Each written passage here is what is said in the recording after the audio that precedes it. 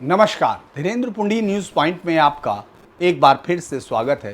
कहते हैं वक्त के साथ साथ लोगों की विचार बदल जाते हैं, लेकिन पार्टियों की विचारधाराएं महज 4 साल में बदल जाएं, ये थोड़ा सा अजीब लगता है। और ख़ास तौर से उनके समर्थक 4 साल पहले जिस मुद्दे को ए कहकर उनके साथ खड़े थे, जब 4 साल बाद वही राजनीतिक पार्टी उसको बी बताती है तो तमाम मतदाता फिर उसके पीछे उसको बी चिल्लाने लगते हैं।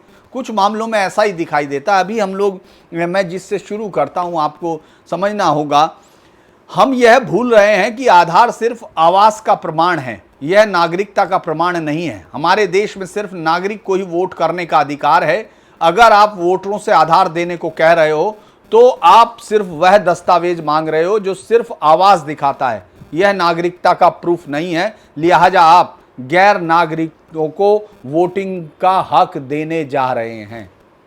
ये बयान आपको लगता है किसका होना चाहिए? क्योंकि जिस तरह से आधार को इस बार जो 11 दस्तावेज हैं जो उसने दिए, प्रमाण पत्र मांगे हैं, जो चुनाव आयोग ने बिहार की उस गहन पुनरीक्षण जो इस समय अभियान चल रहा है उसमें मांगे हैं, तो ये आपको लगता है कि ये चुनाव आयोग की दलील होनी चाहिए जो जिसके खिलाफ अब विपक्षी पार्टियां यहां पहुंची हैं, चाहे टीएमसी है, चाहे आपका आरजेडी है, ये तमाम पार्टियां वहां पहुंची हैं। तो इसके खिलाफ चुनाव आयोग की ये दलील आपको लग सकती है जिसने इसमें आधार को शामिल नहीं किया था। नहीं, ये उसकी दलील नहीं है, ये चुनाव आयोग की दलील नहीं है, ये केंद्र सरकार की दलील नहीं, ये दलील शशि थरूर की है, कांग्रेस के उस समय के ताकतवर मेंबर, अभी भी कांग्रेस के। आज फिर उनका बयान, कल का एक लेख है जिसने फिर से कांग्रेस में इस बार खलबली मचाई है। लेकिन ये विरोध कर रहे थे उस वक्त जब सरकार, केंद्र सरकार आधार को वोटिंग के साथ लिंक करना चाहती थी। इसको लेकर वो कोर्ट में आई थी, बोगस वोटिंग को रोकने के लिए आई थी। उस वक्त जो एक सरकार बिल ला रही थी उसके खिलाफ ये शशि थरूर का बयान था। उन्होंने कहा था आधार सिर्फ, ये कांग्रेस का स्टैंड बता रहा हूं, आधार सिर्फ आवास का प्रमाण है, नागरिकता का नहीं। आधार को मतदाता पहचान पत्र से जोड़ने का विरोध करते हुए कांग्रेस ने कहा था कि ये सिर्फ और सिर्फ पहचान पत्र है, इसका आवास का प्रमाण पत्र है, नागरिकता का आधार नहीं। आज वही कांग्रेस और वही विपक्षी पार्टियां, वही इंडी गठबंधन इसको एक आधार मान रहा, आधार को ही चुनाव के वोटिंग के लिए एक आधार मान रहा है। एक और मैं बता देता हूं, आधार से सरकार को मिल जाएगी वोट छीनने की ताकत। ऑल इंडिया इत्तेहादुल मुसलमीन के असदुद्दीन ओवैसी ने बहस में कहा कि आधार मांगने से सरकार के पास लोगों के मताधिकार छीनने की ताकत आ जाएगी और इससे सरकारी स्कीमों के लाभार्थी और गैर लाभार्थियों के बीच भेदभाव करने की आशंकाएं पैदा होंगी। ये आधार के खिलाफ है, यानी आधार मांगने के खिलाफ है। जो कल सुप्रीम कोर्ट ने आदेश दिया, मतलब सुझाव दिया है कि उसको आधार या जो राशन कार्ड या फिर वोटिंग जो है उसको लेकर वो मतदाता जो सूची का पुनरीक्षण चल रहा है उसको इसमें शामिल किया जाना चाहिए आवश्यक दस्तावेजों में। लेकिन आधार को एक दस्तावेज मानने के जब जो चुनाव आयोग जिस पहचान उसके साथ वोटिंग कार्ड के साथ लिंक करना चाह रहा था, उस वक्त ओवैसी साहब को 4 साल पहले दिख रहा था कि इससे जो है मतदाता का अधिकार छिन जाएगा। सपा के रामगोपाल यादव ने कहा कि एक ऐसा काला कानून आ रहा है जिससे पूरे देश के गरीब लोग जिनके पास आधार कार्ड नहीं है वो वोट नहीं डाल सकेंगे।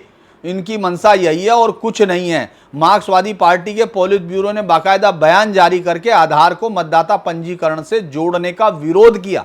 पार्टी ने कहा कि इससे वोटर की निजता और बैलेट के गोपनीयता के अधिकार पर आंच आएगी। ये सब चीजें कब बोली जा रही थी? महज 4 साल पहले।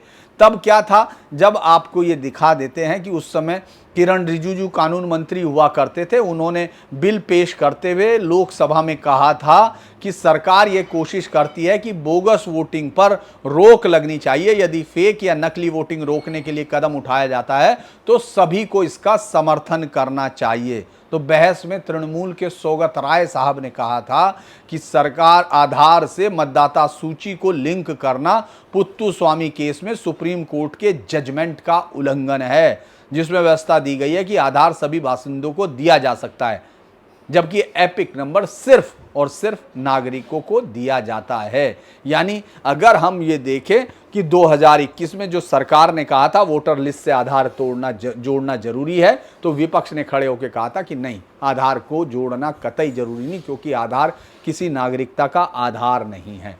और इस पूरे उसमें सुप्रीम कोर्ट ने जब ये सुझाव दिया कि आधार को क्यों नहीं जोड़ रहे हो, और पूरे विपक्षी गठबंधन का विरोध कि आधार क्यों नहीं जोड़ रहे हो, महज 4 साल में ऐसे बदल जाता है। तो जीत के लिए जब मुद्दे ढूंढ रही पार्टियां इतिहास से अपना रिश्ता काटती हैं, तो वो इसी तरह के दोराहे पर आकर खड़ी होती हैं। और सरकार इस तरह से अभी इस पर, इसीलिए मुझे लगता है कि अगली बहस जब होगी तो उसमें ये सब चीज़ें शामिल होंगी। खैर, ये तो हम लोग एक खबर की तरफ बढ़ रहे थे कि किस तरह से कोर्ट में जो है बहस हुई, और उसके द्वारा आधार के सुझाव को तमाम विपक्षी पार्टियों ने अपने लिए जीत बताया। जो पहले एक हार का बायस बन रही थी, वही जीत का कारण बन गया। तो ये बताता है कि राजनीति में किस तरह से एक जो शॉर्ट मेमोरी का दौर चल रहा, जैसे फिल्म की रील देखना है, और अक्सर मैं तो ये कहूँगा कि लोग विश्लेषण को भी मिनटों में चाहते हैं, यानी उनको बाकी कुछ ना हो, बस आप आएँ और सीधे चीज़ों पर बोल दें। उसी तरह से मुझे लगता है उनके राजनेता भी कर रहे हैं। कल 3 दिन में एक ऐसे केस का फैसला सुना दिया गया जो 3 साल से अभी प्राथमिक वो पूरी नहीं कर पा रहा है, ट्रायल की बेसिक ज़रूरतें पूरी नहीं कर पा रहा है, जिसमें अभी तक गवाहों के बयान नहीं हुए हैं।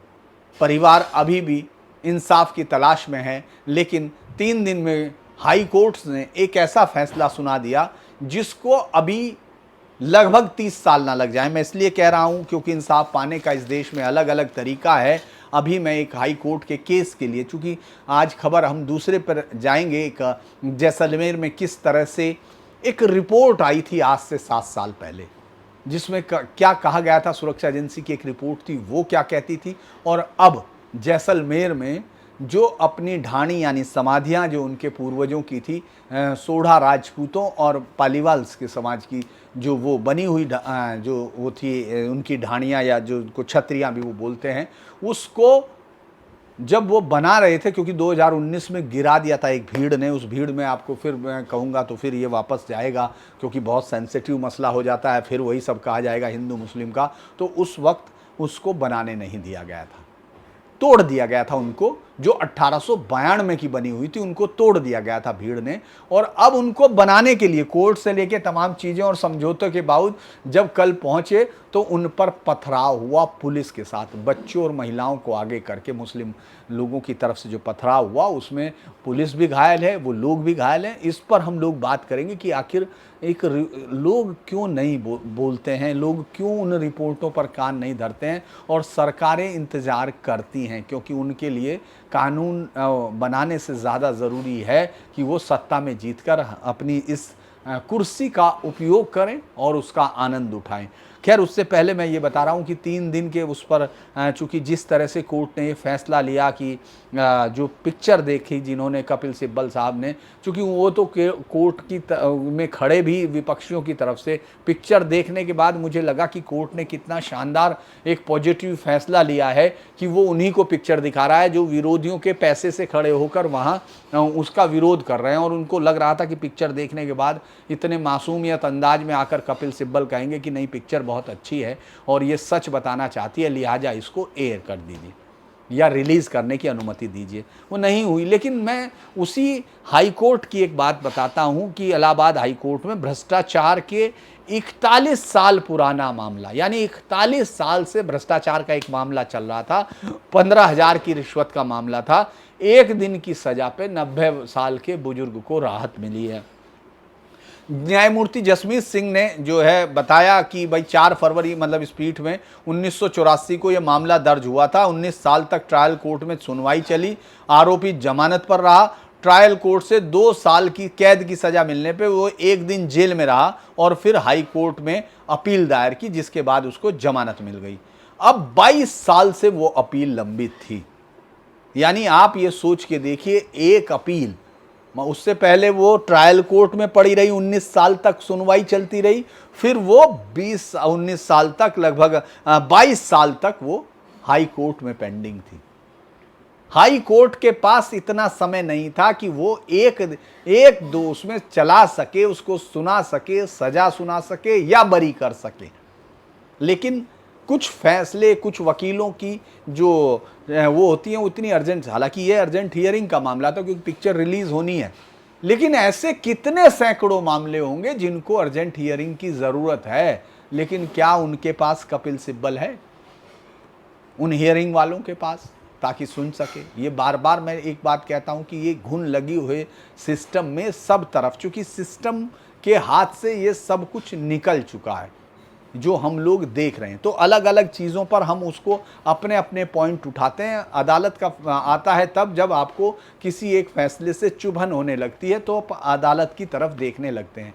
उसके जो नींव के अंदर जिस तरह से अब एक घुन है, फैसले सालों सालों लोग मर चुके होंगे, इस केस में सिर्फ उस बुजुर्ग का है, लेकिन ये और अदालत इस तरह के बात लिखती कैसे? आप सोचिए कि कानून की कलम कितनी बेशर्म हो जाती होगी जब वो ये लिखती है कि अदालत ने कहा कि इस तरह की अत्याधिक देरी स्पष्ट रूप से संविधान के अनुच्छेद 21 के तहत त्वरित सुनवाई के संवैधानिक आदेश के विपरीत है। आप सोचिए, वो 1994 से अब तक, 1984 से अब तक वो अदालत में लड़ रहा है, चूंकि उसने किसी से 15,000 रुपये मांगे थे और वो केस प्रूव हुआ था ट्रायल कोर्ट में। ये सिर्फ मैंने एक अवान्तर के लिए आपको बताया कि किस तरह से इस देश की जो ये व्यवस्थाएं हैं वो काम कर रही हैं, वो किस तरह चल रही हैं। वो कोर्ट जिन पर आपको बड़ी उम्मीदें होती हैं, जिस पर आप बहुत तकड़े उसके साथ चलते हैं, वो बड़ा ही बहुत मुश्किल काम है। मैं खैर अब आप चलते हैं, कल जैसलमेर की एक बड़ी इंटरेस्टिंग खबर है, शायद मुझे लगता है कि वो रीजनल चैनल्स में तो बहुत चली लेकिन बाकी पे नहीं। जैसलमेर के ज़िले में एक बासनपीर गांव है, वहाँ स्मारक छतरियाँ, ऐतिहासिक छतरियाँ का पुनर्निर्माण को लेकर झड़प शुरू होगी। कई लोग घायल हैं और वाहनों को नुकसान पहुंचा, जिनमें पुलिसकर्मी भी घायल हैं। दरअसल मैं घटना को आपके साथ जोड़ रहा हूं क्योंकि एक मैंने कुछ दिन पहले ही कहा था कि आतंक से राष्ट्र लड़ते हैं, आतंक से जो लोग हैं, सिर्फ कोई सरकार या कोई सिस्टम या एजेंसी नहीं लड़ती। मैंने उस वक्त आपको बताया था कि कितने लोग फरार हैं, कितने आतंकवादी फरार हैं, कितने उसमें मैंने एक नाम लिया था, कोयम्बटूर बम धमाके का सादिक। यानी जब कोयम्बटूर बम धमाका जिसमें 58 लोग मारे गए थे, एक दो नहीं, एक दो पांच नहीं, 58 लोग मारे गए थे, 250 लोग घायल हुए थे। और इसमें इसके बाद इसके सांप्रदायिक हत्या के और पूरे मामले थे। वो 29 साल से फरार था, 1996 के बाद कभी गिरफ्तार नहीं किया गया। अब पुलिस ने विजयपुरा इलाके से इसको गिरफ्तार कर लिया। वहाँ रहता था। कोयम्बटूर पेट्रोल बम हमले जिसमें जेल वार्डन भूपालन की मौत हुई थी 1996 में, नागौर में सहिता हत्याकांड 1997 में, मदुरै में जेलर जयप्रकाश की हत्या का आरोप था। अभी चूंकि अबू बकर सिद्दीकी और उनको अरेस्ट किया गया था, तो मैंने उस वक्त कहा था कि जो सबसे बड़ा फरार है सादिक, उसके बारे में, चूंकि बाकी देश को इससे मतलब ही नहीं कि उनके जो इस देश को तोड़ने के लिए आतंकी जो घूम रहे हैं, उनके पकड़े जाने या न पकड़े जाने से कोई फर्क उनको नहीं पड़ता है। लिहाजा ना ये किसी किताबों में आते, ना वो कहीं, अब आजकल तो मैं 15 अगस्त और 26 जनवरी पर भी वो पोस्टर नहीं देखता जो हम लोग एज ए रिपोर्टर उनको कवर किया करते थे कि साहब इनसे सावधान, इन चेहरों को जहां देखें पुलिस को इन्फॉर्म करें, इन पर इनाम है। वो सब चीज़ें गायब हैं, जबकि आपको हर जगह पर एक पोस्टर दिखेगा, सरकार की मित्र पुलिस और तमाम चीज़ें। ये मैं आपको इसलिए बता रहा हूँ क्योंकि सिस्टम किस तरह काम करता है और किस तरह सड़ा हुआ सिस्टम है, जिसके अंदर सिर्फ कॉस्मेटिक चेंजेस से कोई बदलाव नहीं आने वाले हैं। उसमें बहुत बड़ा बदलाव लाने की ज़रूरत है, उसको बहुत गहराई से समझने की ज़रूरत है। तो ठीक है, हम लोगों ने जो कहा था, मैं दो ऐसी खबरें अब आपको बता सकता हूं जो भी मेरे दर्शक हैं, चूँकि मैं इस तरह के थंबनेल या खबरें नहीं बता सकता जो जिनका कोई रेफरेंस ना हो या जिनका कोई आधार ना हो। तो मैं उन्हीं खबरों को बताता हूं जिनसे मुझे लगता है कि एक आज नहीं तो कल एक लहर तो निकलती है। मैंने बताया था छांगुर बाबा के, उससे पहले बताया कि किस तरह से एक आदमी फरार है और उसकी एक बेटी ने, चूंकि इस पूरे केस को छांगुर बाबा को भी एक ऐसे ही केस से, तो अगले दिन वो पकड़ा गया। मेरा रोल नहीं है, लेकिन मैं उस खबर को बता रहा हूं कि जो खबर हमारे आसपास घूमती है। ये सिद्दीक वाली खबर जिस दिन पकड़ा गया था, वो बकर सिद्दीक, आपने कहीं छोटी सी देखी होगी, कहीं नहीं देखी होगी, मुझे नहीं पता आप लोगों ने देखी भी थी या नहीं, या कोयम्बटूर बम विस्फोट अब आपके जहन में भी कहीं था या नहीं। अब वो चूंकि हम लोगों ने उस पर लाइन से बताया कौन कौन से फरार हैं आतंकी अभी भी, और वो लिस्ट भी अभी अपडेट नहीं है, सिर्फ आप इंटरपोल की उस पर जाकर सीबीआई की साइट पर देख पाते हैं। तो वो अब पकड़ा गया, तो आप कहीं भी शब्द अगर गूंजते हैं तो उनका अर्थ कहीं निकलता है, ये मैं मानता हूं। अभी तो ये है। तो हम लोग वापस आते हैं जैसलमेर के बावन पीर पर। यहाँ राम सिंह हुड्डा, रामचंद्र सिंह सोढ़ा और हुड्डा, चूंकि ये इलाके जो बॉर्डर्स पर हैं वहाँ माफ कीजिएगा, सोढ़ा राजपूतों की ढाणियाँ हैं, उनके गांव। और ये बात आप कच्छ तक जाकर देख सकते हैं, क्योंकि मैं जब गुजरात के चुनाव में था, मेरी अगर आप रिपोर्टिंग को फॉलो किया है आप लोगों ने आज तक और न्यूज़ नेशंस में, मैंने लगातार 25 साल तक बॉर्डर्स के ऐसे गांव में मैं गया था जहां बिल्कुल पार पाकिस्तान का हिस्सा आता है, तो वो भी 16 राजपूतों के गांव थे, वो मैंने वो कवर किए। तो इनके यहाँ ऐतिहासिक छतरियाँ थी। ये छतरियाँ जो हैं 1892 में बनाई गई थी, पुनर्निर्माण। ये इन छतरियों को लेकर विवाद इसलिए था कि 2019 में इन छतरियों को असामाजिक तत्वों ने ध्वस्त कर दिया था। आपको मालूम है किसने ध्वस्त कर दिया होगा, किसको इन छतरियों से परेशानी होगी? क्योंकि ये मुगलों के विरोध में लड़ने वाले राजपूतों की याद में थी, या उस इलाके में जो लोग लड़े थे उनकी याद में थी। अब उनकी याद से किसको दिक्कत हो सकती है? मुगलों को कौन मानता है?